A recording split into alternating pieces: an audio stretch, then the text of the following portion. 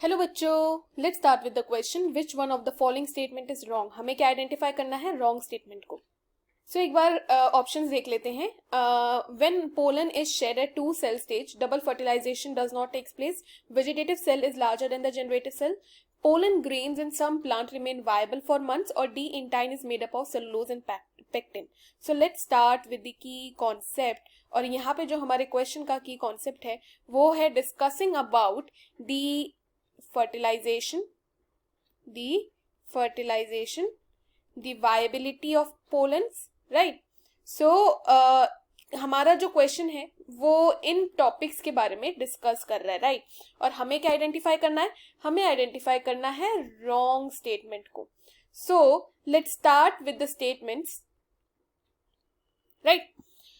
Statements के साथ साथ हम लोग की कॉन्सेप्ट भी डिस्कस करेंगे। सो पहला स्टेटमेंट है when pollen is shed at two cell stage, double fertilization does not takes place. So देखो पोलन क्या हुआ, पोलन शेड हुआ है एट टू सेल स्टेज पे, ओके, टू सेल स्टेज पे। तो जब ये टू सेल स्टेज होती है तो कौन कौन से दो सेल्स होते हैं? एक तो होता है वेजिटेटिव सेल और दूसरा होता है एक जेनरेटिव सेल, वेजिटेटिव और जेनरेटिव सेल। तो ये जो जेनरेटिव सेल्स होते हैं ना वो डिवाइड करके फॉर्म करता है two sperm cells, divides to form two sperm cells. जब पोलन जो होता है वो ग्रो करता है किसकी तरफ?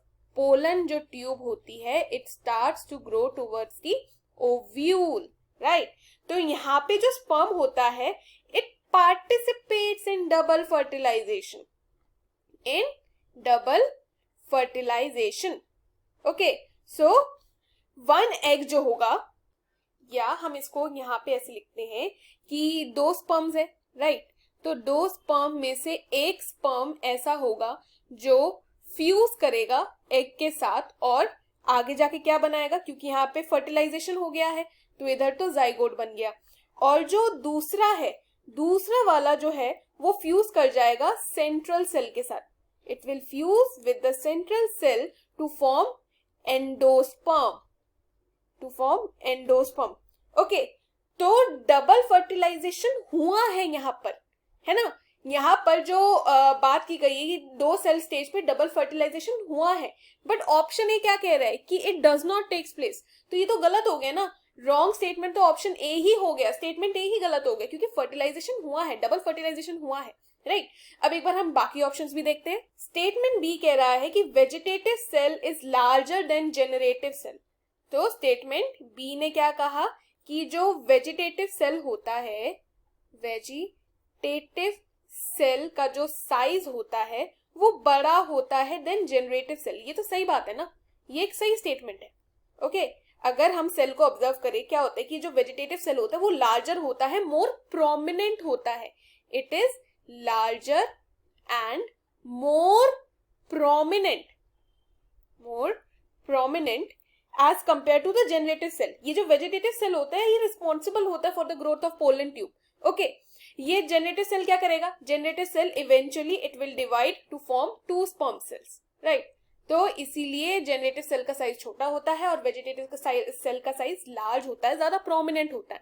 तो ये स्टेटमेंट तो करेक्ट हो गया, तो इसका मतलब बी हमारा सही आंसर नहीं होगा, ओके। अब सी देखते, सी स्टेटमेंट कह रहा है pollen grains in some plant remain viable for months. So statement C कह रहा है कि कुछ पोलन ग्रेन्स जो होते हैं ना वो वायबल रहते हैं मंथ्स के लिए। ये करेक्ट स्टेटमेंट है, ये एक करेक्ट स्टेटमेंट है। एक्चुअली क्या होता है कि कुछ प्लांट की स्पीसीज ऐसी होती है जिनके जो पोलन ग्रेन्स होते हैं वो काफी टाइम तक एक्सटेंडेड पीरियड्स के लिए वो वायबल रहते हैं और वो वेट करते हैं सर्टेन इन्वायरमेंट कंडीशंस का। जैसे वो इन्वायरमेंटल कंडीशंस उन्हें मिली वो वहां पे फिर बढ़ना शुरू कर देते हैं, राइट? सो ये कह देना कि वो वायबल रहते हैं for an extended period of time, ये बिल्कुल सही है। तो हमें तो रॉन्ग स्टेटमेंट चाहिए था, राइट? फिर कह रहा है next option D, intine is made up of cellulose and pectin.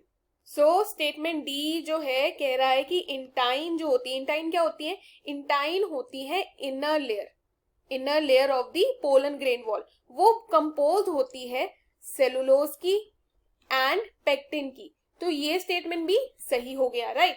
सो हमें क्या मांगा था, हमें मांगा था गलत स्टेटमेंट कौन सा है, तो हमने तो वो पहले में आइडेंटिफाई कर लिया, that the statement A is the wrong statement, right.